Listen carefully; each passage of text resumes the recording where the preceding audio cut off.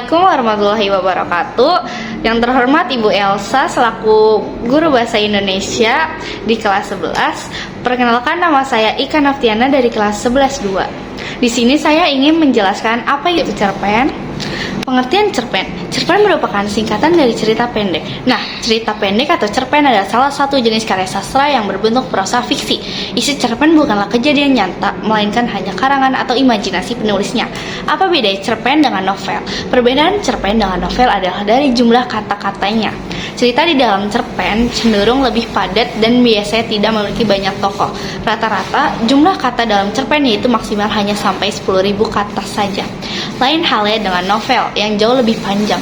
Jumlah kata pada novel bisa mencapai 35.000 kata. Cerita pada novel juga punya alur dan plot yang lebih kompleks. Latar belakang para tokohnya pun dijelaskan sejelas mungkin. Ciri-ciri cerpen. Berikut ciri-ciri cerpen secara umum. Yang pertama, cerita fiktif. Cerpen merupakan cerita fiktif atau tidak nyata yang dibuat berdasarkan imajinasi penulisnya. Dan yang kedua, jumlah katanya sedikit. Cerpen umumnya hanya terdiri dari beberapa ribu kata atau beberapa halaman. Jumlah kata cerpen biasanya tidak lebih dari 10.000 kata. Dan yang ketiga, keterbatasan tokoh atau karakter. Karena panjangnya yang terbatas, cerpen tidak memiliki banyak tokoh atau karakter. Terdiri dari karakter utama, 1 atau 2 karakter pendukung saja. Yang keempat, plot yang singkat. Cerpen memiliki plot yang singkat dan hanya fokus pada satu aspek cerita saja. Lain halnya dengan cerpen. Dan yang kelima, gaya bahasa yang padat. Cerpen ditulis menggunakan gaya bahasa yang padat dan menggunakan kalimat efektif. Ini dilakukan untuk meminimalisir penggunaan jumlah kata agar tidak terlalu bertele-tele. Yang keenam, punya kesan mendalam. Meskipun singkat, cerpen seringkali meninggalkan kesan yang mendalam kepada pembaca. Terus yang fungsi cerpen. Yang pertama, fungsi rekreatif. Cerpen berfungsi untuk memberikan rasa senang, gembira, dan penghibur bagi seluruh pembacanya.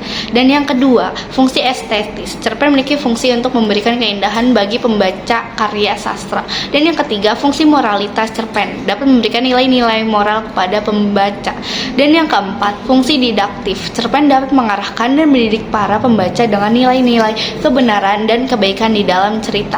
Dan yang kelima, fungsi religiusitas. Cerpen mengandung nilai-nilai yang terdapat pada ajaran agama yang bisa dijadikan teladan bagi para pembacanya. Dan selain kelima fungsi tersebut, cerpen juga memiliki fungsi-fungsi lainnya, tergantung dari maksud dan tujuan pengarang ketika menulis cerpen. Unsur-unsur cerpen. Yang pertama, unsur intrinsik cerpen. Unsur intrinsik cerpen adalah unsur yang membangun cerita dari dalam. Terdapat 7 unsur intrinsik cerpen, yaitu tema, tokoh, dan penokohan, latar, alur, sudut pandang, amanat, dan gaya bahasa. Yang kedua, unsur ekstrinsik cerpen. Sementara itu, unsur ekstrinsik cerpen adalah unsur yang membentuk cerita dari luar. Terdapat 3 unsur, yaitu latar belakang masyarakat, latar belakang pengarang, dan nilai-nilai yang tergantung dalam cerpen.